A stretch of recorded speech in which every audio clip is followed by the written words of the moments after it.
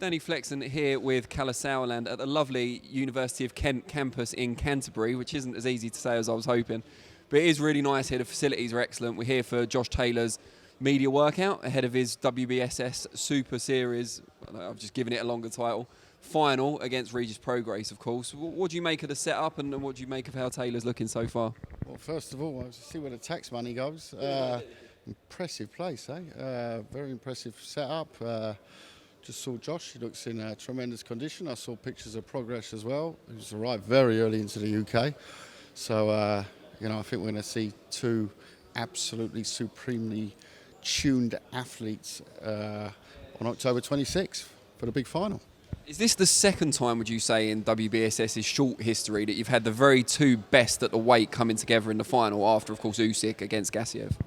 Yeah, I think there's always arguments in boxing about who the best is, but I think the one thing that the tournament has set out to do and has done very well is that the winner of the tournament, so let's say the first season you had Usyk and Callum Smith, no one would contest at the moment that there's anyone better, or the men to beat at those weight classes at the time were Usyk and Smith, and I think we'll see that this season with the finals, obviously with Nui Donaire, Breedis against Dorticos, and of course on October 26th, the best super lightweight on the planet will lift the Ali Trophy.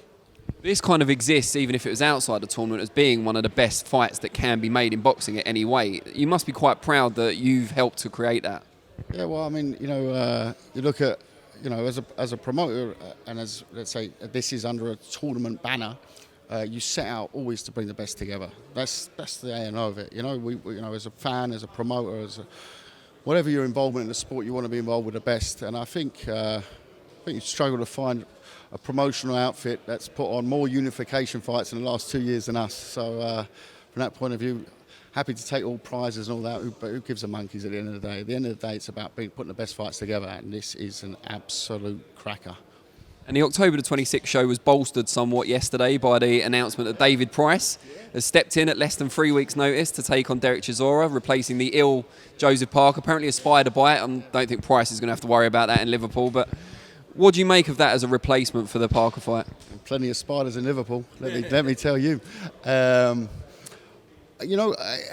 First of all, I think the great thing is that we've got a great fight between two of the most popular British heavyweights in recent times.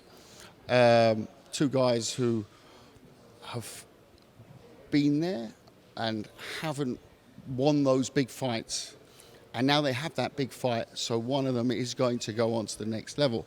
The other thing I'd say is hats off to Pricey for jumping in. But the good thing is for the fans, you're not going to get some late replacement who's out of shape. I've known David for years. Not only is he a great fella, he's also someone who keeps himself in super shape. He trains probably far more than any heavyweight needs to train.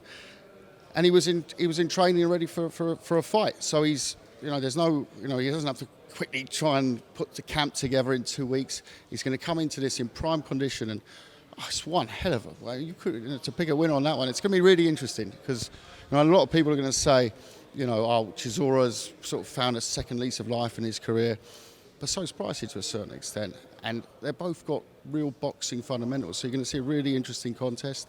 I'll make one prediction: it won't go the distance. Is that the only prediction we're going to get? That's the only prediction you're going to get, but.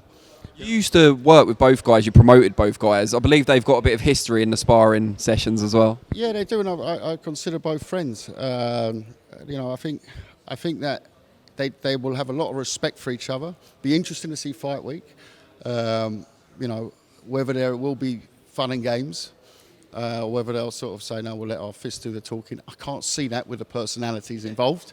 I've seen David also in the more recent part of his career develop a real spite at the press conference, which is great fun to watch as well. I've got to say, I mean, he's such a great character, David, and it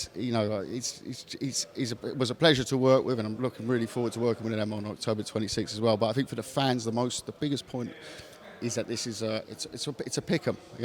Both the big fights on that night. I'm not going to mention main event, but they are proper pick-em fights, and that's where you got value for money. Pick-em fights at the top end.